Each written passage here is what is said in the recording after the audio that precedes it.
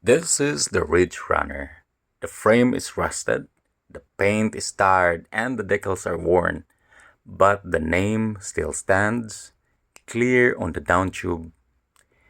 Sunlight hits its surface, revealing the age and the stories buried beneath the rust. Faded registration stickers from Japan, shop labels with barely readable numbers, and old serial cling to the frame. Small details that hint at where this bike has been. These marks could be keys to its full history, but that's not the direction we're taking today. Today is about this moment, about seeing the value in what remains, about appreciating that this bike, despite its condition, was worth saving, and more than that, it's worth rebuilding. Through this channel, we're documenting that journey, the rescue, the restoration, and soon the ride. It's our small way of celebrating cycling, simplicity, and the quiet joy of bringing old things back to life.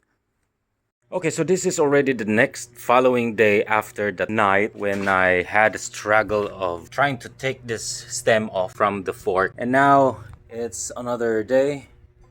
And here back in the studio, trying to finish and continue what I left from the last night's conundrum. And I think because of the light and the opportunity for us to finally have this in the proper lighting, I have to show this bicycle in this proper light condition so that everyone can see how it is, what it is like in this bright summer day. Once and for all, I think I will place this part in the very beginning of the video, although this is the part wherein it's supposed to be on the second, but everyone should see how well it is rusted. From this broad daylight, see that the rust is a more beautiful patina effect, probably a silver Ridge Runner. This is just part of the shed and the collection of bicycles that I have, and I've been dying to restore each one of those. So this is not just the area of the bicycle. Some are frames, some areas over here are tires, and other areas as well are semi-built, and motorcycles are waiting. Some bins and parts are dying also into Midas touch and turn into gold. Now, one particular bicycle that I got from a junkyard, this one is some kind of special. It looks awful from any's eyes, but I think the time has come for us to do something about it. Although we still have a short of time, but through this we can squeeze in, do something about it, or perhaps refurbish and build this bicycle. It's now or never. So let's begin. Now I can't show you how to take this off because this is quite heavy. Actually, the frame itself is made up of steel. I think it's a chromoly. I will make an in-depth review and scrutinize some areas, show you. Oh, here it is. There's a chrome moly sticker that's been sticking here, and although it's been like looks awful now.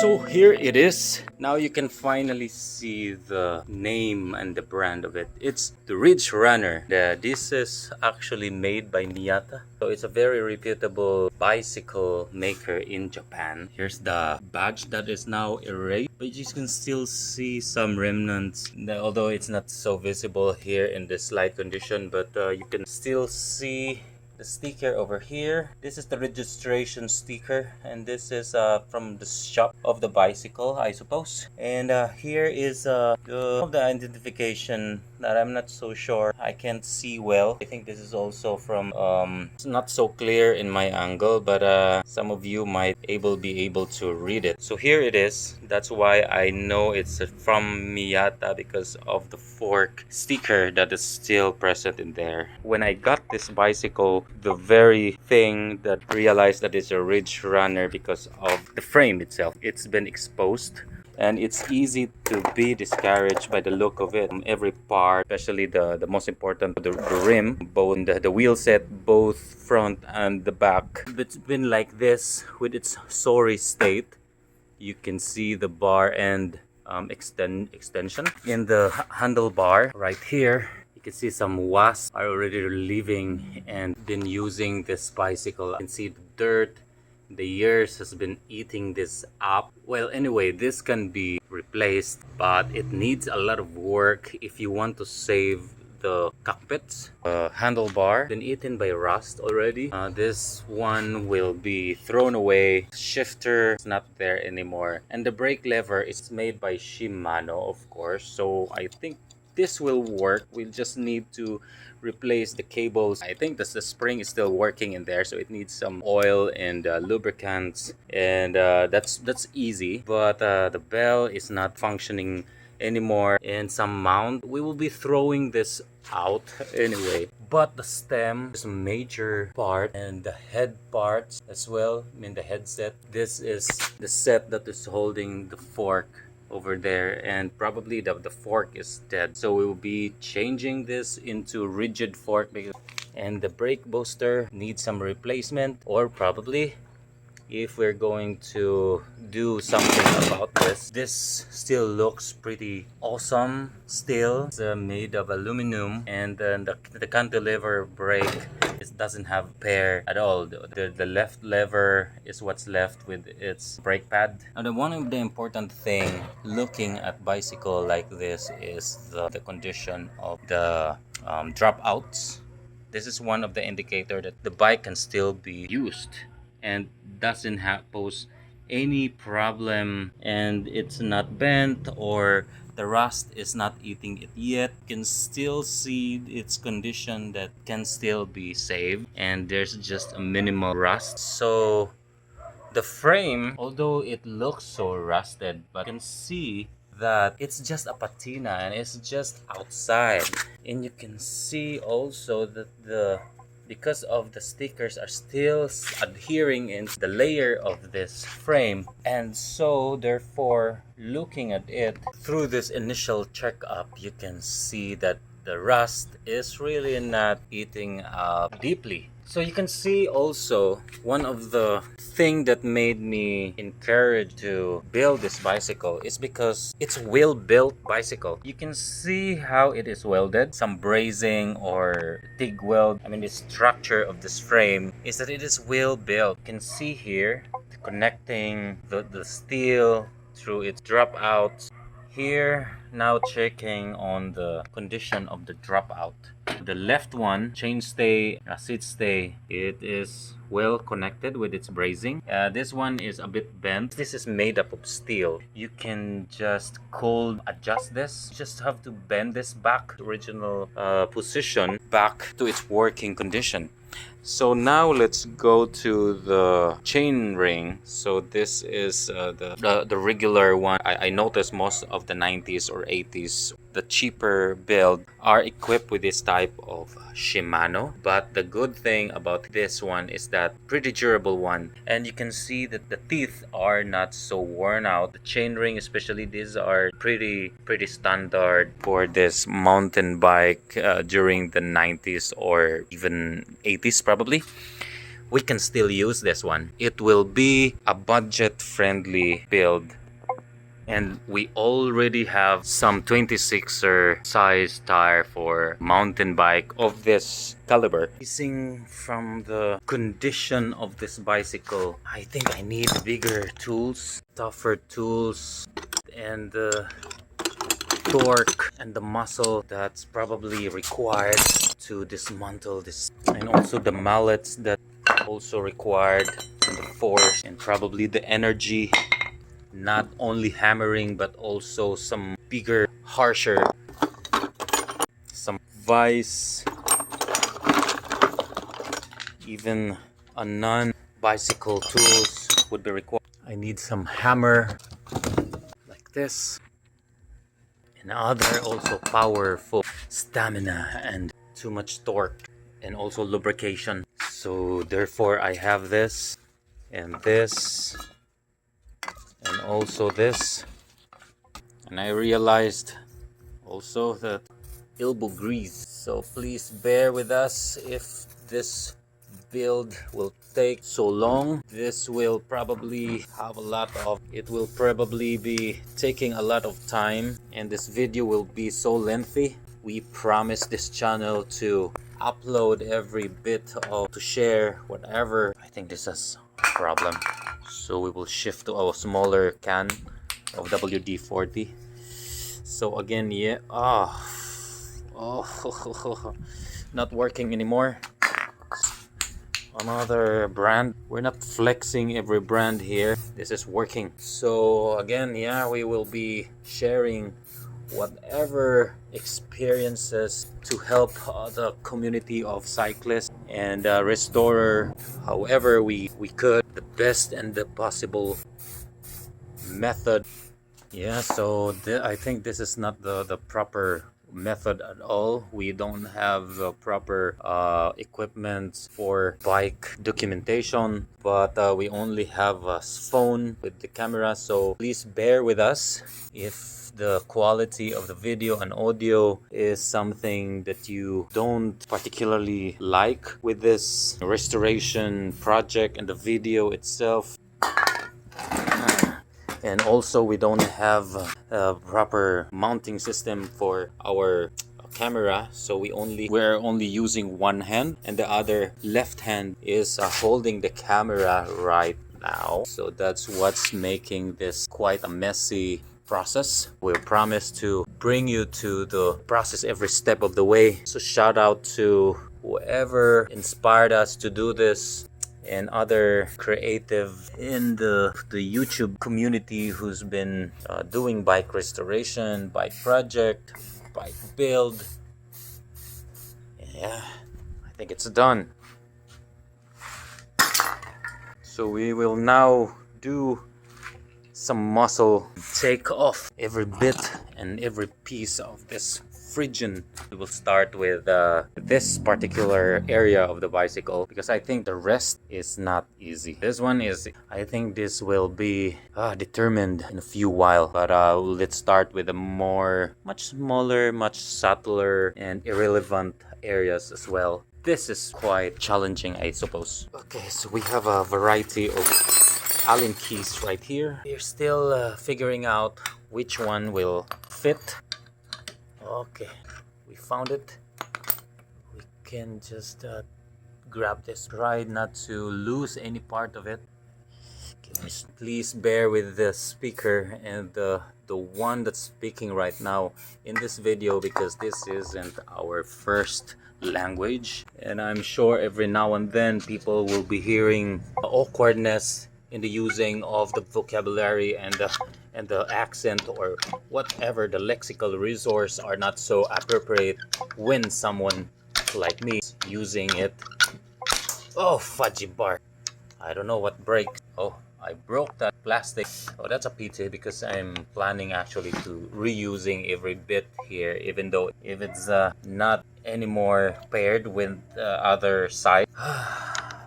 What a waste, actually. So I think I will be taking off this brake boss right now, but actually this isn't relevant. So I think I will go ahead with the head nut. It's really helpful to have bigger adjustable wrench. Now this is really getting difficult because I really need my other hand. So I've been tempted to turn off this camera, because I'm now currently been using my hand throughout this dismantling of this. Uff! Someone jumped into the camera. Look at this guy. It jumped all the way from the roof. Oh, he's gone. He went off to mount the camera and able to help the other hand in dealing with this monstrous issue right now. So that's the first strike. Actually, it's not feeling good. It didn't have any sign of budging. So I need to hit this right here with a mallet. So starting with this bigger mallet. So I think I need to...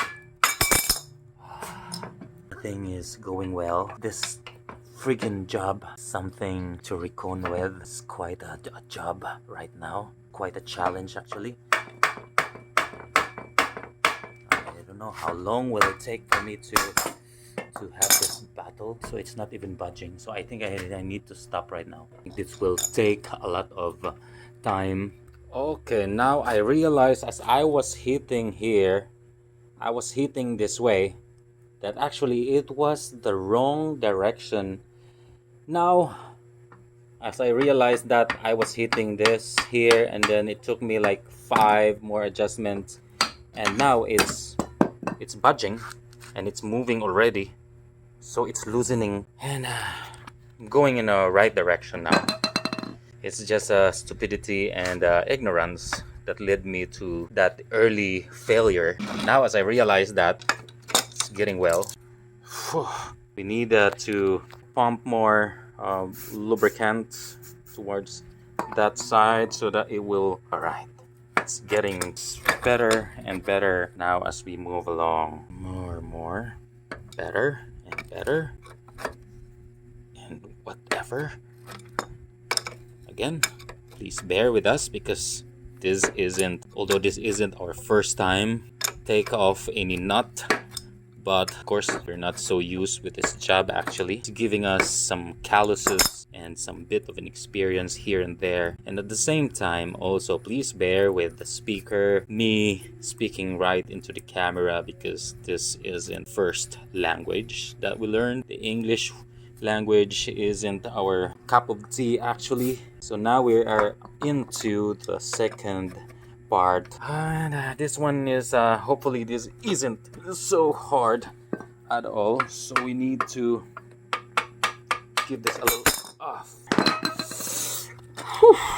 So Muka, tighten the little. This is so hard, especially using just one hand.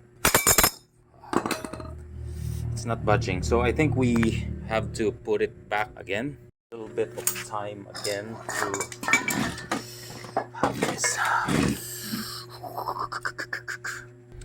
Now, for some of you who are expert out there, I think this is irrelevant if I'm going to take this off, because that's what actually I was thinking of, taking off the stem away from the fork. And this right here is what I am trying to take off, which is irrelevant because this is not what's really holding this against this one. So these are just the remaining head parts that's been holding the frame and the fork. But if I'm going to take off the stem, actually the secret lies in here. This Allen bolt over here, this is a stem bolt that's been holding, because it's very long. The people who are expert watching me right now, this stupidity and ignorance that I am doing actually, but I have to realize that, so I need to shift my focus towards here and use an Allen key, and hopefully it isn't so tough for me to... I thought that this isn't the right size for this, but because of the rust that's been deposited and eating the head, so I thought that this isn't the one, but actually it fits now that I was trying to give it a bit of a push. So now I will be pushing it much deeper, and by using this, the pipe of the hammer is what will be used to give it a bit of a torque, and hopefully it will budge. Oh no, I'm trying to not to break this. Okay, I don't want to make it round, so... And there's a sign already that's just getting rounder. I really need to be fitted in there, in that hole. So this is kind of tough actually. A job like this I've been dismantling, but I am enjoying it. Of course, I'm just sounding like I'm complaining, but actually I'm enjoying this process. Okay, I think I'm heading towards the right direction anyway. Okay, I need to mental check. Ouch. Okay, again, I have to turn this thing off the camera because I need my hand to help. Oh, there you go. It's budging. I have to avoid making this Allen key bend because this is so useful. The size is very much the usual size for anything that is so useful. After I turned off the camera, I made quite a strong push, and it squeaked. It sounded like it's budging. Now it's turning, and thanks to this long handle of the hammer, now I need to just use my bare hand and again do the same thing over again. And now it's finally free. But actually, it doesn't end here. There's actually a more sinister, challenging task to be done after removing or not. Okay, this is the harder part right here right now. The plan is actually not to take the bolt. The bolt is actually very long towards this area, and it has that triangular lock nut that it will squeeze in. So for somebody who is familiar, I think this is quite a boring explanation over here, but there's the long bolt is connected again here that's been holding the fork so that it will be holding up the entire assembly. Technique is not to pull the entire bolt. Once it got out for a few inch, then I would strike it back down there using a mallet or a hammer so that it will back down, and hopefully the one that is locking up in there will come loose down and it will be a free bolt. Hopefully, theoretically, that's what will happen, but well, let's just hope and pray. So I've been trying to turn this and made it into this length now, trying to pull, but as I've said, not to pull the entire thing out, because what we will do right here is I'm just trying to remove the key and get a mallet. So this is a heavy mallet, and what we'll try and do is try to push this down in there. So trying to push this down so that the one that's been holding here will come loose, will be pushed down, and the entire bolt and then the assembly here, the lock nut, will come loose. Not trying to do this over and over again. Now, one key indicator that you are able or were successful in what you did hammering down here is to check if your handlebar actually moves. So it's still so hard. It's not really moving. Okay.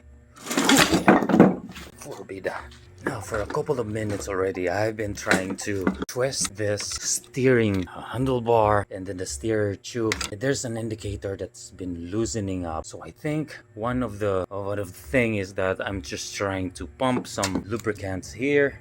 This is what I've been doing over the past few minutes. Next, I learned to somehow have a grip and have a leverage to mount this fork, the lower end part, when you're starting to remove this head parts and the fork and just try to take this off. Now this is already pre-loosened, and now reverse the bicycle like that, and I got this nail for me to push down the triangle nut. And using the mallet is to try to hit this as much force as I could so that the triangle nut will go back down. So I think I need to turn off the camera so that I can have a better leverage. Okay, now it's loosened.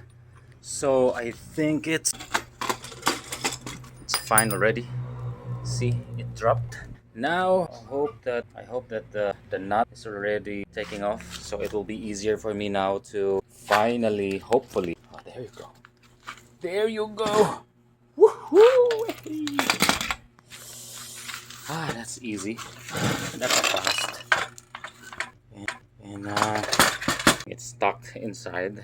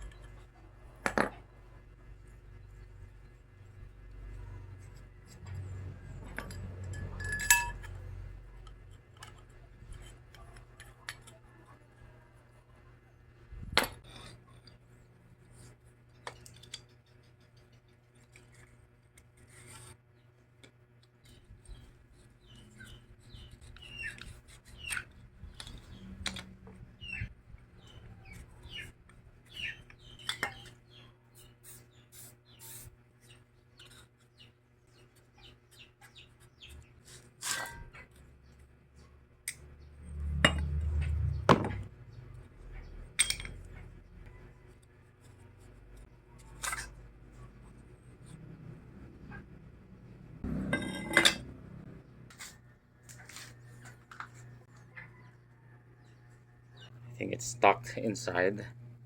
But in order for us to get that is we will use this bolt and try to bait and thread it back in there so that it will bite again, and then carefully remove it by pulling it off when it's already been there you go. Well, it takes a bit of a time, so we need to pull this up and try to pry it up so that it will go on outside. Now this is a better, oh, whew, that was satisfying, so satisfying. This is what's taking it so long to take off. This is what's holding the fork. So again, using this largest adjustable wrench, we'll try to loosen this head parts. This is what's holding now. It's some torques. Poke up.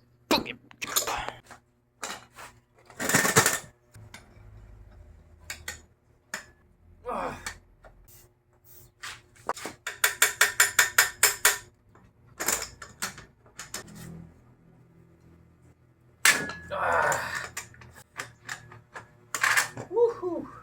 So hard. Grabe. So dry. Friggin' dry. As you notice, the sound is so dry inside. Dried out. It's bone dry. Grabe. I'm guessing that the ball bearings in there exposed and been exposed to the nature of rusting. Yeah, one of the things that's been blocking our way because of this washer. It's hard for us to turn. Alright. Now when you finally get to a point where you can already turn it with your bare hand, that's the satisfying moment that you know it's going on the right direction. See, as you can see, the ball bearings are loosening down and some are escaping everywhere, dropping into the floor. How many are those in the cage? You can see how much it is, and we'll change this anyway. But I think this will be used because these are so durable. I think this is made of Avenger. Woohoo! Look at such an awesome, satisfying moment. We finally are able to extract the hardest part of the bicycle. And next one is, I hope, crank set. We can easily remove this part. So this is the next challenging part. One of the hardest things is also this, removing the fork out from the head tube. Now this one. So I have this from last night. I already pumped grease and oil and penetrating oil over there. But I know because of how we were able to determine how dry and rusted the inside, and I'm also guessing that this is the same situation over here.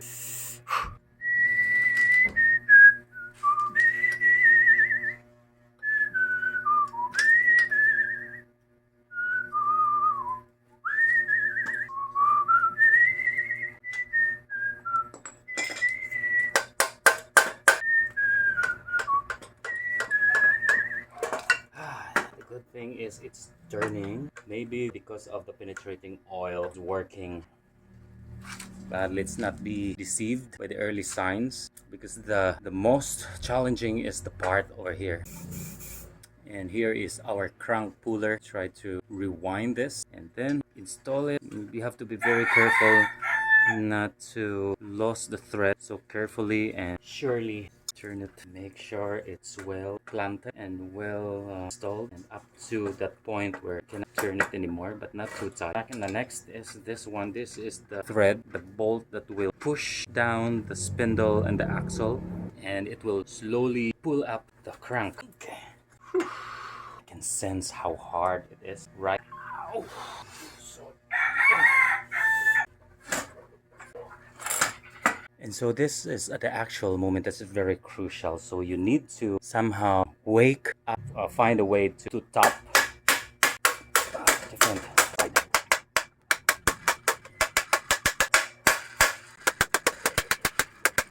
And through that, you will be able to make the rust inside there at least have a wobble and wiggle on each possible direction, so that the adherence of the rust that is very tightly holding it for a couple of years and who knows when and where, it will somehow loosen inside. So that's how theoretically, and of course just keep on repeating the process.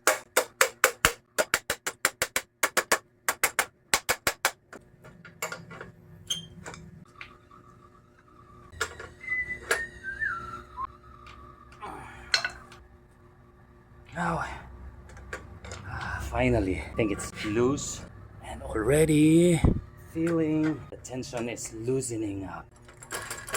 There you go. What a miracle. But because of our tools, it's just a very simple tool, the crank puller, that's so useful that without this, it's impossible really for us to take this and extract this one. So you can see this is made up of steel, and that spindle over here is also made of steel, I mean the axle. So thankfully, now we can rest assured that everything will will go smoothly on the other side as well. First is to safely remove this so that we can still do the same method and approach over here. So just keep on tapping on every possible angle so that the rust will wake up.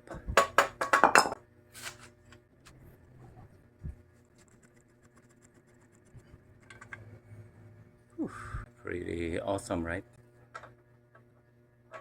And I already added some lubricants over here since for last night and also this morning. I'm guessing that it's well lubricated already and it's been penetrated by the penetrating oil because of the topping.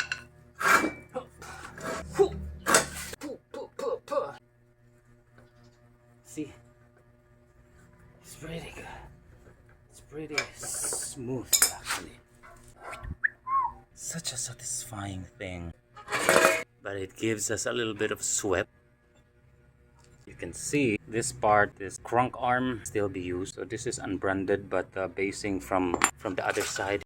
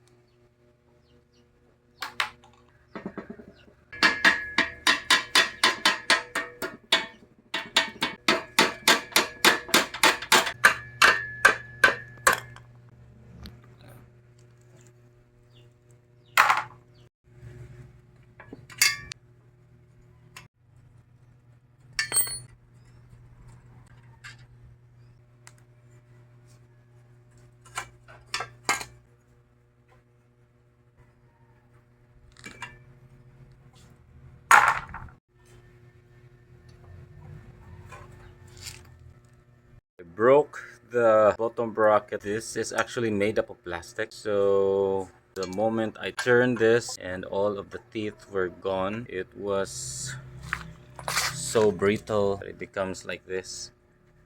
The other pieces, you see, this is the bottom bracket. So what I'll do with this is I'm going to carve every bit of it, and it'll take a lot of time now. As you can probably see in the video, this is the stage where unconventional methods come into play. It's pretty clear our inexperience is starting to show, and with the lack of proper tools and equipment, things aren't exactly going smoothly. The bottom bracket is never an easy part to work on, even in ideal conditions. But in the case of this old Miyata Ridge Runner, it's next level difficult.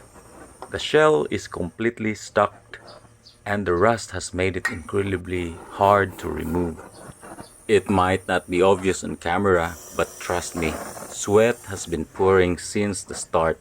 On top of that, we're working on our garage slash studio right under the tropical heat. It's brutal. This is actually the second day of dismantling this rusted MTB, and we're feeling it. Every joint aches, energy is drained, and our hands are full of sore calluses. But hey, that's part of the grind.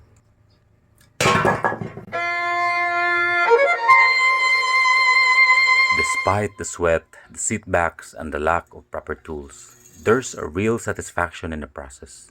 This is what keeps the passion alive, the challenge, the patience, and the purpose behind restoring old things. Fixing a bicycle isn't just about getting it to work again, it's about preserving something that still has value.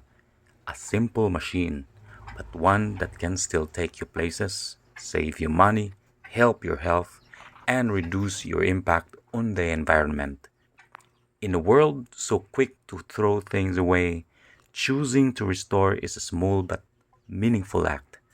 It reminds us that not everything worn out is worthless, and while we work with our hands, we also clear space in our minds. This is more than just a hobby. It's a kind of reset. And if something like this old Miyata can be brought back to life, maybe there is still plenty worth saving in this world around us too.